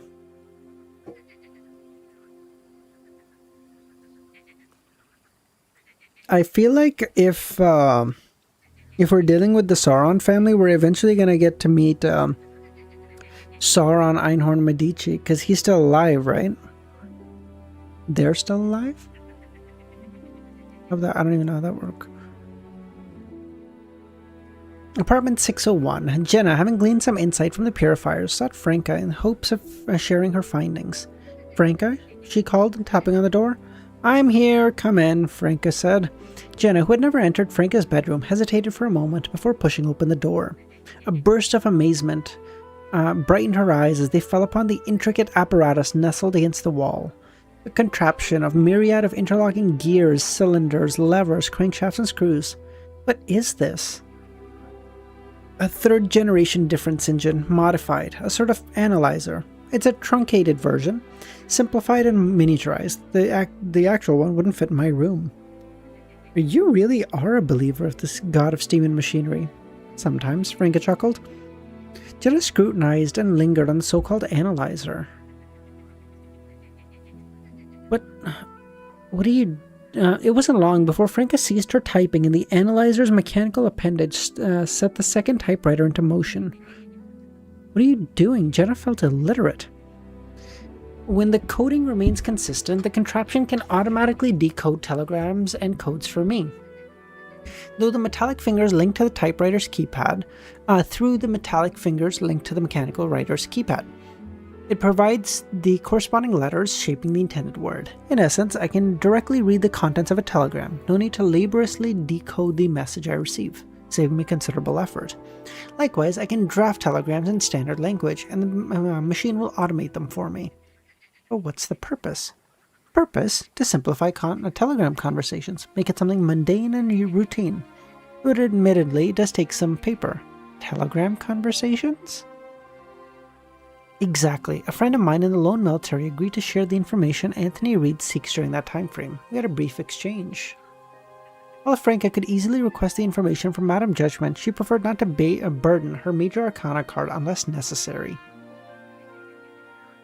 As Franca finished speaking, the analyzer completed its typing, and the telegram materialized in Intesian. Apartment 601, Lumian, Anthony, Franca, and Jenna reassembled. Vanitas again? Fucking Christ.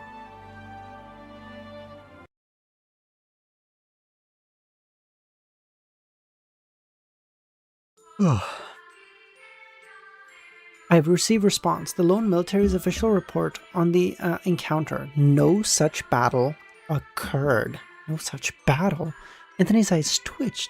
No battle? To put it simply, it's probable the assault against you and your companions was not executed by the lone army.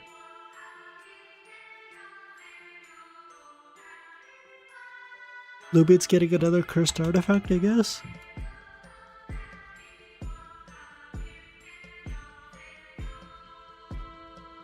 Okay, I'm going to try to do this one and the next one, but we might end up just doing this one. We'll see, okay? I'll try to just do 2 of them, because... fuck it, why not? Okay. Not by the lone military, Anthony muttered under his breath. Franca's demeanor, the subtle shifts in her eyes and body language, all told him that Franca wasn't lying. She wasn't bluffing. This revelation rendered years of suffering into a jest. As a psychiatrist, Anthony was acutely attuned to the waves of disillusionment crashing through his psyche. He placated himself. As Anthony struggled to save himself, Franca elaborated. Either the battle secrecies of the highest order, barring my friend from learning the truth, or a different faction orchestrated the assault on you. Her inclination told her of the latter. Who could it be? Jenna asked. She even speculated that an instigator may have sowed seeds of internal discord against the Intis military to digest a potion. Indeed, who could it be? Anthony thought. He understood why the lone army would attack him and his comrades. Their animosity, though intense, was comprehensible. But from an unknown faction? That made no sense. Did your unit forsake allies on the battlefield or lay claim to spoils of war that weren't yours? Frank asked. No. Absolutely not, Lumin chimed in. This ties back to Hugh Artois. It can't be a squabble between comrades or external rivals. Did you defy Hugh Artois' orders, or cost him something? No. If I had, I wouldn't have grappled with years of puzzlement. Would it be a sacrificial rite? A blood offering to an evil god? The heretics, disguised as a lone army, orchestrated an annihilation with Hugh Artois' compliance? It is the most logical explanation, Franca said. Though the question remains, who gains? Certainly not Hugh. No boons he had, not even in death. That's one of the avenues we must delve into, Lumion said. It might intertwine with Hugh Artois' ascent to power and his parliamentary role. The pressing issue lies in the fact that General Philip, who seems the most suspicious, is dead. As if all threads converge at a sudden dead end. MX, how's it going? You enjoy your cheese?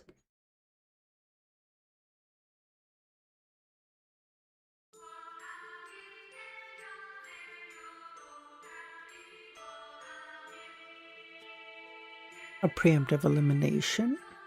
Franca chuckled. In the world of mysticism, certain deaths don't mean a true demise, Lumin chuckled. Madame Justice had mentioned that an evil god's boon had a deceased sequence, who could use death to escape their fates. Similarly, if General Philip had used a substitution spell, the one who died may not be him. Franca and everyone else understood. Substitution spell? We can't dismiss it, Lumin smiled. Our objective remains the investigation of General Philip, ascertaining the truth of his demise. If he really is dead, there may be traces he left behind, undiscovered by the purifiers. There's no need to rush. This matter is complicated. I'll first gather preliminary information about General Philip and his family, Anthony said. After Anthony left, Lumin observed Franca and the others, and left apartment 601 with Franca. As they walked down, Lumin broached the subject of his conversation with Hela, sharing the details. Great! Quickly transform into Muggle and let's make contact with the April Fools together!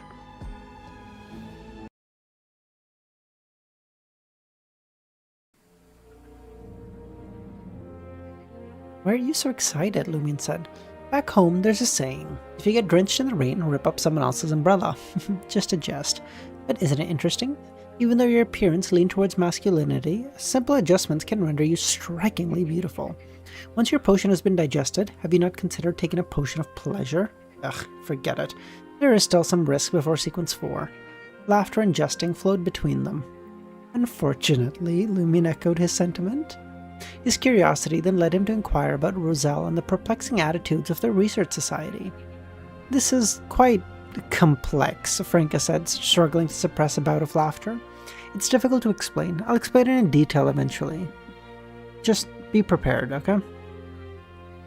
Upon reaching, how complicated could it be? Lumin muttered. Burn the handle of my trays. Now my kitchen smells like burned plastic.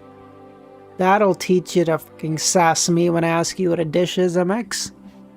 Upon reaching room 207 of the motel, despite having already deciphered the issue with Aurora's grimoire and no longer needing to delve in them, Lumin's habits dictated that he retrieve the copies and skim through them. Approaching midnight, Lumin's heart stirred. The light it emitted the light the lamp emitted bore a dark green hue. The doll messenger, clad in a light gold dress, materialized. Although with twin thuds, a pair of iron-black boxing gloves adorned with multiple short thorns landed soundlessly on the table. Yay! Thank you, thank you! Although the doll messenger quickly vanished, Lumin still expressed his gratitude. He refrained from touching the gloves for now, opting to unfold the piece of paper that came with them. The shadow of Branch and Lucky One's characteristic have been made into an item. How does it fare? Has its form been modified, rendering it convenient for transport? This is a masterpiece. It remains nameless for now. With common words, you could dub it Lucky Shadow Boxing Gloves, or perchance Flog. Could be a stylish choice. Any target struck by this glove, regardless of creating injuries, whether they defend themselves or not, will undergo a surge of desire or emotion.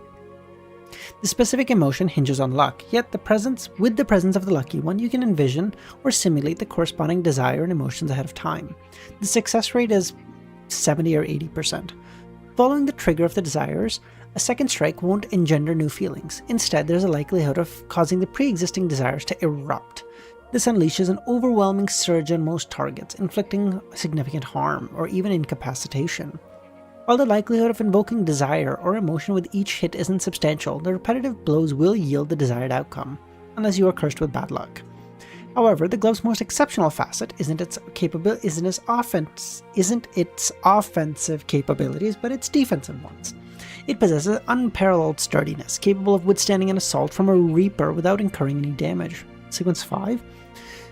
Naturally, this hinges on the attack squarely targeting the glove. In this scenario, there's even a possibility of taking a strike infused with godhood, excuse me, at the expense of shattering or fracturing the glove. This probably places the glove at a sequence 4. Again, I don't know when I'm going to be able to take a blow directly on my gloves, but yeah. On the downside, carrying the gloves will erode your self-control, intensifying the oscillations of various desire or emotions. Withstanding this requires exceptional endurance. Moreover, while donning the gloves, you will attract the attention of hidden entities, since it originated from the Tree of Shadow. While they cannot harm you for many reasons, they can summon dangerous entities to affect you. Hence, each use of the gloves should be accompanied by a change of location, and their usage should not be for extended periods. Failure to adhere to these may attract hidden dangers. But, should you maintain your composure and endure 1 or 2 attacks, the world will expel those dangerous entities who can't descend here. One last detail. Your 2 psychiatrists request a final follow-up consultation at the usual time, tomorrow afternoon. This is good. Okay, a final chapter we get to see our 2 favorite friends. Heck yeah.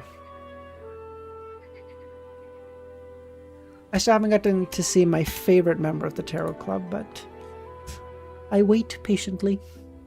Oh.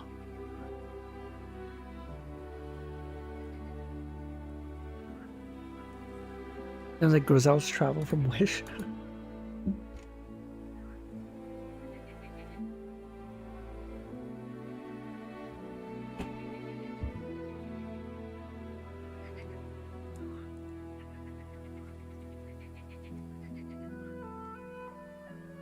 Okay, one last chapter.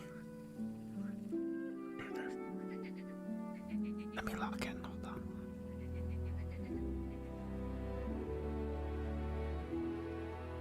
Tomorrow's only Sunday, this is nice. You know, I have tomorrow off too. This is cool. Man, having 4 days off is dope as fuck.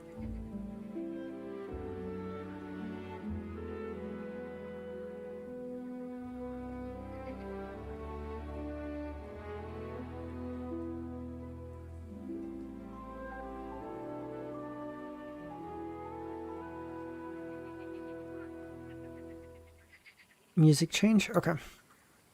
I need exceptional endurance to withstand the self-control. Alms Monk excels in situations like this. While reading a Miss Magician's letter, Lumion swiftly considered if he could fulfill the conditions for using the item. With this in mind, he could recollected the adverse effects of the contractee contracts. A substantial portion of them seems to be mitigated by the Alms Monk resilience. First acquiring the Alms Monk boon prior to becoming a contractee, could it be that one must bolster their endurance to endure a contract? Yes. Benet's utilization of Alms Monk and ascetic powers wasn't overly adept. Could this stem from his ingrained indulgence in making things difficult? Or did he leap directly into being a contractee before evolving into a fate appropriator? Recalling how the Padre in his dream transformed from an ordinary person to a fate appropriator within a day, Lumion was more inclined to believe the latter. Lumion redirected his attention to the letter in hand. Concerning the utilization of the flogged boxing gloves to attract perilous creatures, he intended to seize the opportunity to approach Franca for assistance.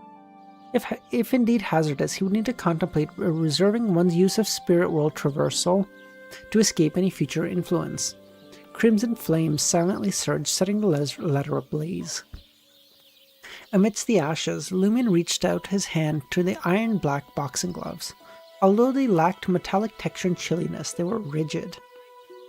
Two voices resounded in Lumion's head almost instantaneously. One was of a voice of the eloping couple casting curses, and the other of the inebriated individual shattering bottles and clamoring. The former set Lumion's imagination ablaze, while the latter spurred him to draw his revolver and open fire. The sensations weren't overpowering and could be endured. After confirming the fit of the gloves, Lumion set them aside. In the depths of the night, in a hazy state, Lumion felt as though he had stepped into an ancient beige castle. Vanitas again, Lumion? Kami?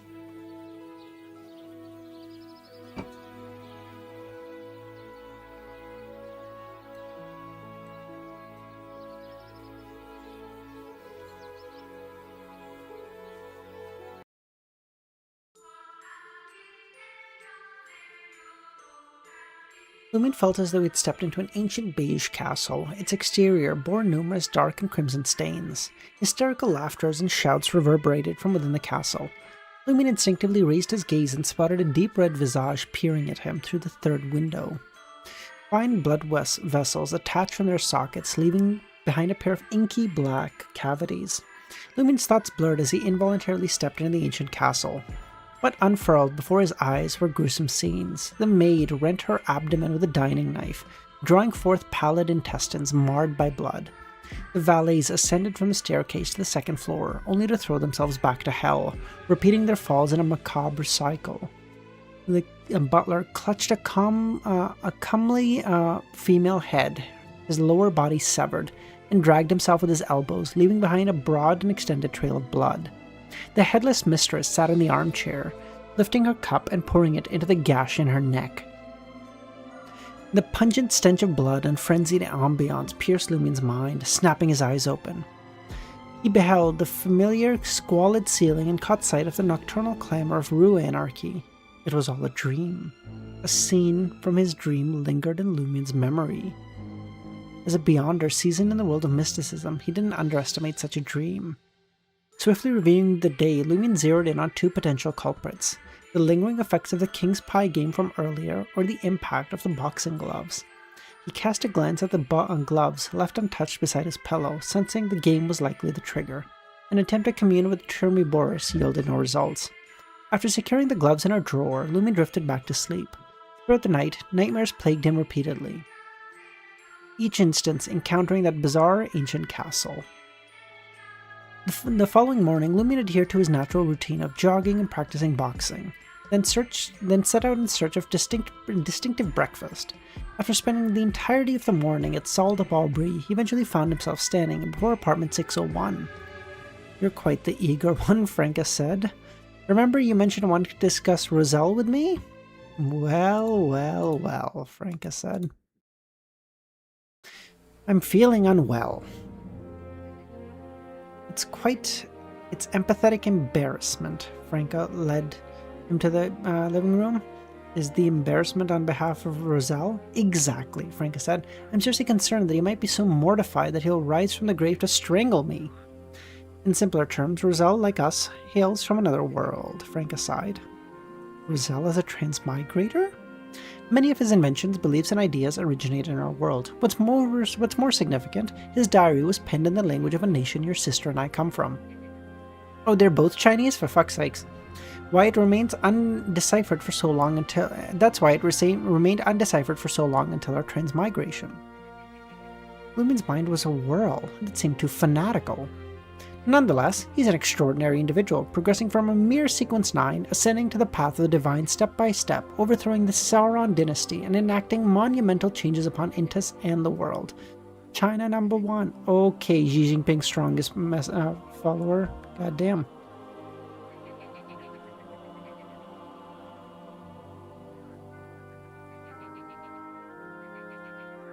His impact on the world of history in the past 2 or 3 centuries is profound. Did Roselle's famous quotes come from philosophers in your world? Many of them, yes, Franca said, but some are genuinely his own. Consider this: a person who has undergone so much, tasting both triumph and failure, must possess unique insights from various domains. He's not lacking in memorable sayings. Now I understand why Aurora chuckles whenever I mention something Roselle said. A realization dawned on Lumion. Did one of you write Roselle's Secret Chronicles? Yes, but I'm not sure who the author is. The writer possessed quite the literary talent. Is everything in there accurate? About half, Franca chuckled. Even amongst the portions that are, half of it seems sensationalized. For instance, Roselle once shared more than a friendship with a demoness. Franca paused, realizing that she herself was now a demoness. What revelation? He opted not to delve any further into that topic, instead bringing up the King's Pie game from the prior day and the nightmares he saw.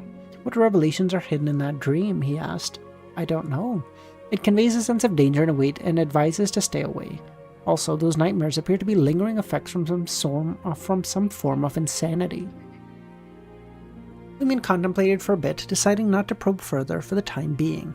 He planned to consult the two psychiatrists later in the day. At 3:30 p.m., Lumion reached Mason Cafe in Quartier de Jardin Botanique and took a seat in booth D, requesting an aromatic Intus coffee and cupcakes. Once the coffee and confections arrived, he waited patiently for about a minute or so before catching Susie's gentle voice. Good afternoon, Lumion Lee. Good afternoon, Madam Susie. Good afternoon, Madam Justice, Lumion responded. Simple smile. Based! That's a good place to end today. I like that. That's a genuinely good place to end today.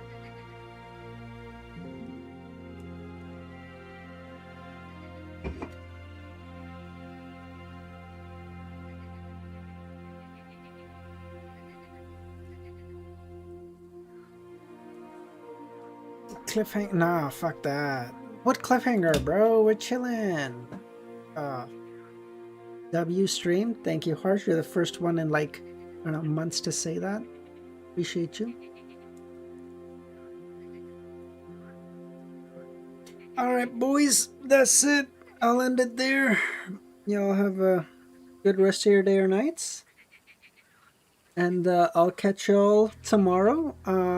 Tomorrow stream will be a little bit earlier, as usual for weekend stream. Keep going. We'll try to do a longer stream for like 10 chapters. I know. We'll do another stream tomorrow. We'll try to do like another 10 chapters to get us to like 355 or something. So we're in a good place. That's it. Alright, everyone. I'll catch y'all later. Bye, boys.